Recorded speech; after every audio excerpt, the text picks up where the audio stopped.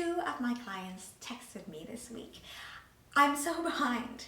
They're both teaching new courses and have to make all the lectures from scratch, as well as writing a grant to fund their lab, managing their PhD student, and hiring a junior postdoc. A third client said, I hope I don't make it to the next phase of the starting grant because I just don't have time to write it. So 3 times this week, I found myself saying to my one-on-one clients, you can make more money, but you can't make more time. So let's make a strategy for how you can best spend the time that you do have. I have all the time in the world, said no scientist ever.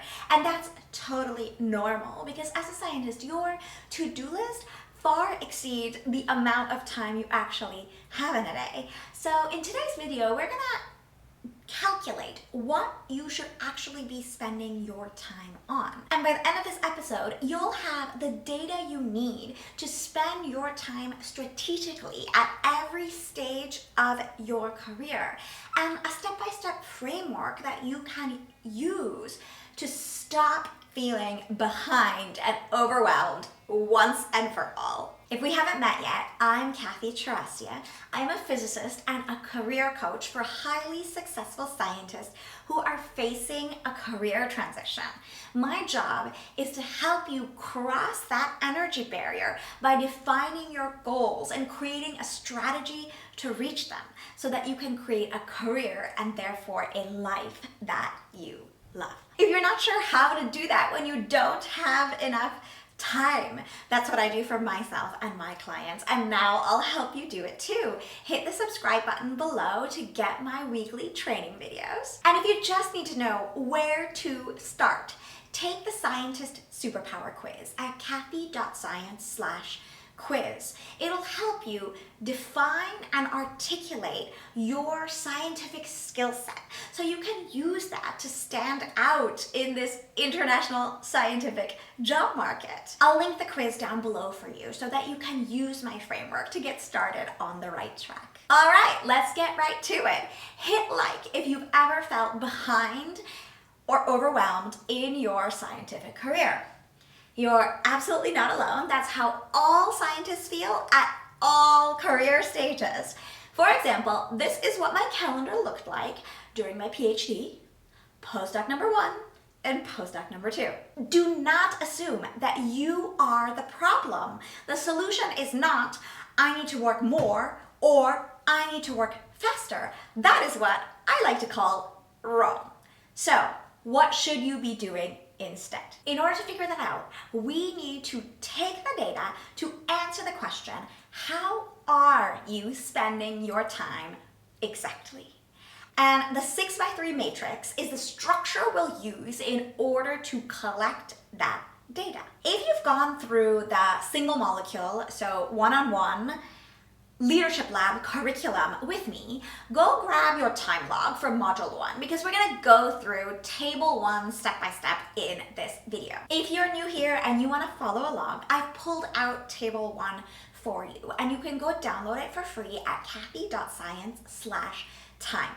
I'll link it down below for you. The purpose of this exercise is to have you go out and collect the data so that you can prove to yourself that the reason that you feel behind and overwhelmed is because your to-do list every day actually does not match the time that you have in a day. And that's a problem because when your hypothesis about how much time you actually have to get things done in a day does not match with reality, that mismatch in expectations means this train is headed to only one final destination, burnout. And I don't want this for you. This 3-step protocol gives you the tools that you need to match your expectations with reality and get off that train now. So, step 1, you're a scientist. Go to the lab and actually get the data. Measure in hours, minutes, seconds, if you want to be that precise, how long it actually takes you to do things. I don't track every single task that I have to do in my calendar. That's unreasonable and it takes too long. And that's why I invented the 6x3 matrix. I organize my work as a scientist in 6 themes with 3 categories each. For example, as a postdoc, my categories were 1, experiment, instrumentation, tissue culture, actually doing the single molecule experiments.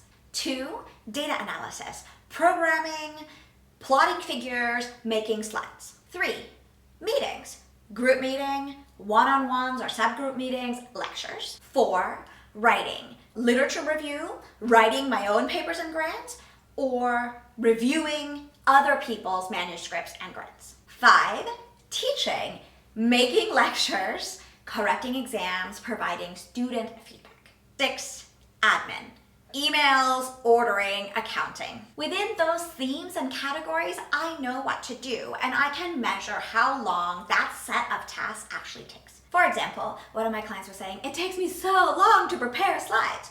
Okay, how long does it take? It takes about 10 minutes per slide. And so that's 45 slides, so that's 450 minutes, which is 7.5 hours, which is 1 day. Most of us, including myself, including my client, can make 1 lecture per day. And note, full professors also take 8 hours on average to update 1 lecture for a course. So that data shows that you're probably not gonna get any faster later in some hypothetical future. So if your class starts next week and you've made 2 out of 20 lectures, that data explains why you feel stressed. It simply requires more time in your calendar in order to prepare those lectures than you think. A mismatch of expectations. Professional tip. This is a very difficult skill for me to practice and master, not just in my professional life, but also in my personal life. So when I was training to be a professional coach, my coach, Lori Gerber, who is the queen of time, had me add a 7th theme, which I call life. And for me, that includes things like eating dinner, taking a shower, traveling to and from the opera. If you're like me and you don't have time to do things like shower, exercise, eat, plan your wedding, then this is a clue that this could be you. And what you're gonna do is also schedule those life activities that matter to you and are important to you into your calendar. After coach training, this is what my calendar looked like. Step 2 is to decide to spend your time strategically. The mistake that all scientists make is that we think backwards. I have X amount of time. How can I make everything on this list fit into that time? It's like overstuffing your suitcase and then being shocked that you can't close it. And no, sitting on it does not actually help. You want to be like, okay, I have $100 left on my grant. How can I order all 4 of these enzymes at $50 each? That's unrealistic. It's not going to work. Spending your money strategically is saying, okay, let me order these 2 enzymes that I absolutely need for my experiments. I'll order the remaining 2 when my grant gets renewed. And if you need all 4 enzymes today, that's a bad strategy and you'd redesign your experiments. Spend your time in the same way because it's even more precious than money.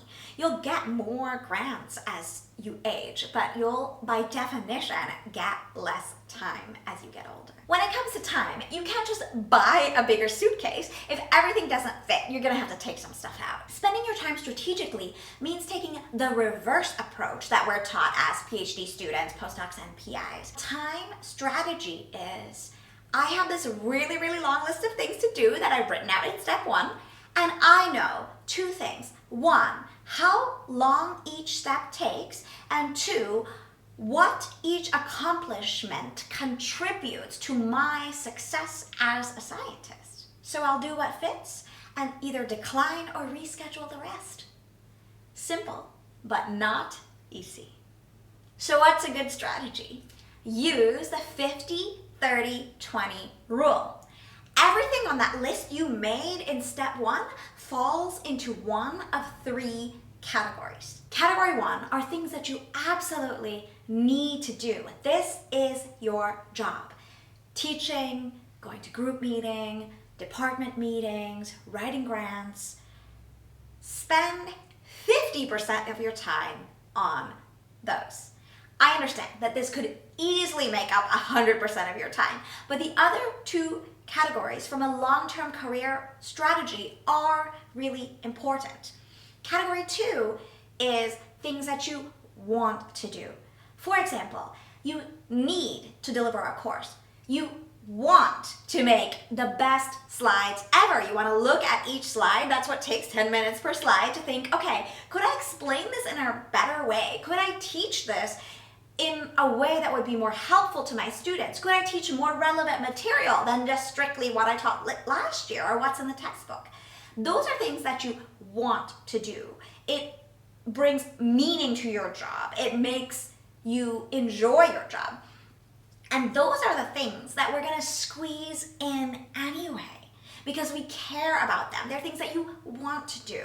And that's why it's important to allocate 30% of your time, your total time, to things that you want to do.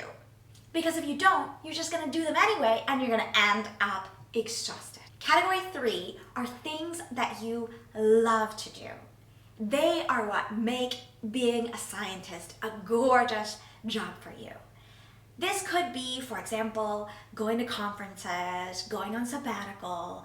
These are the things that we drop first, thinking that they're not necessary. But that's a mistake because that is what leads to burnout, not doing the parts of our job that we adore and the reason that we became scientists in the first place. So allocate 20% of your time for that. And remember, there are consequences to not doing that. For example, if you don't go on sabbatical, if you don't go to conferences, you won't have good ideas. You won't have a professional network when you need a collaborator for that good idea that you do have for writing your next grant. There was a Nature article that came out recently on the importance of sabbaticals as a scientist and how essential that is to your career. So don't dismiss category 3 and say, okay, I'm not gonna allocate 20% of my time to that.